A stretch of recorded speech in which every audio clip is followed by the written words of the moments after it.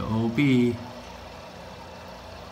Unfortunately, he has to be in this 15 gallon right now.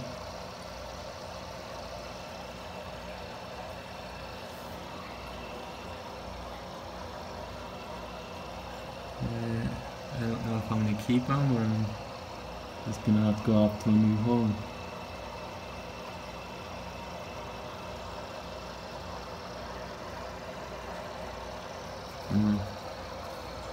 I really like him, but I don't want. He's happier in here than he was in the main tank, the 65, with the other ones.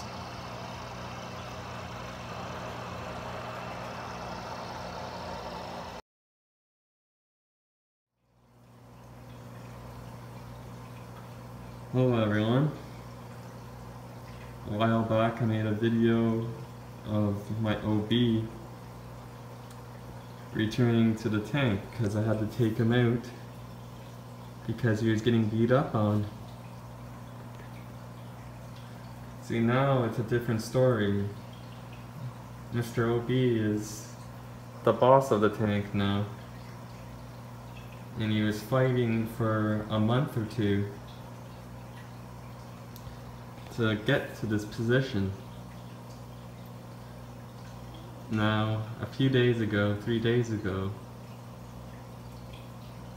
I had a problem and I didn't know what to do because the fighting was out of hand. So my tips for today are, don't jump into conclusions, just wait it out, watch the behavior of your fish, and then change the lighting of your tank, because sometimes the behavior is something to do with your lighting. So that's another tip, to always take in consideration that there's too much light in your tank, and the behaviors are to do with stress. So that's why I moved. When there's tension in the tank, I have only half the tank lit up. Another half is darkened and more shaded. And that's why I have the rocks on the one side, and this side more kind of lit up for the O.B who made his territory right here, to be able to control the side of this tank and not really care about this side as much. Because as you can see, his mouth was really torn up the other day, and I was like, oh, what am I gonna do, what am I gonna do? And then I was like, just relax for a second, wait a few days, because there's always things you can do. You don't want to rush and just take him out of the tank or just put him into another tank if there's not, because if you do that, because maybe the O.B will just take over all the fish and just start destroying all the fish. So you have to wait and just relax for a few days and just see what the behavior turns into. Because there's always, that would be what you'd want to do, but if there's always a sign of them hurting each other to the point that you'd have to give them a timeout or move the fish that's getting beat on into another tank. But my tip is just not jump into conclusions, just relax, watch your tank, don't panic, and everything should turn out. See, this is what I usually have my tank like, this bright. And right now the fish are fine.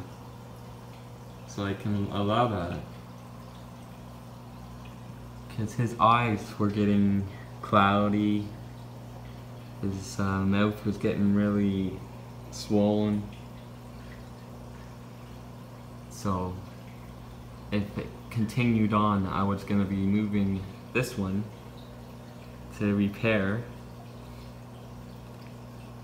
but I'm glad I didn't have to move them.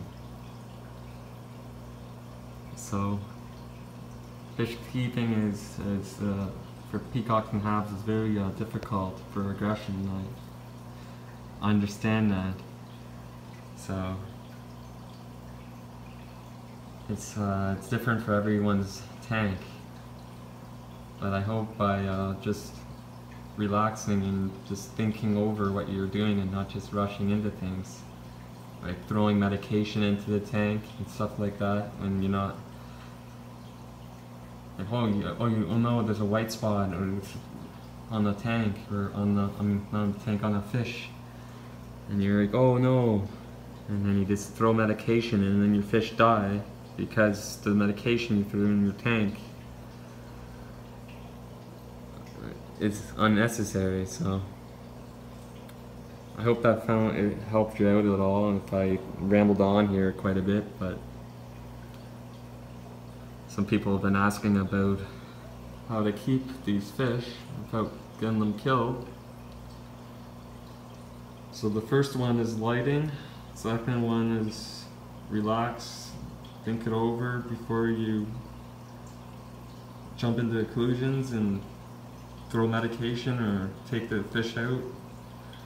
And the second one is, the third one I mean, is just watch your fish, see what's going on. Don't just ignore them, because you can these problems can get extremely bad if you ignore them. But don't jump into conclusions too. So number 5 is, and number 4 is time out in the moving if you have to, but that's not necessary most of the time. Alright, well I guess I've rambled on quite a bit on this video. And I did add in one of my John Wick's electric glue fry here, and it's doing alright, and the rest will be on for sale in a little while, well I guess a month or something. And my O.B is the boss now, and Big Red, he lost his position.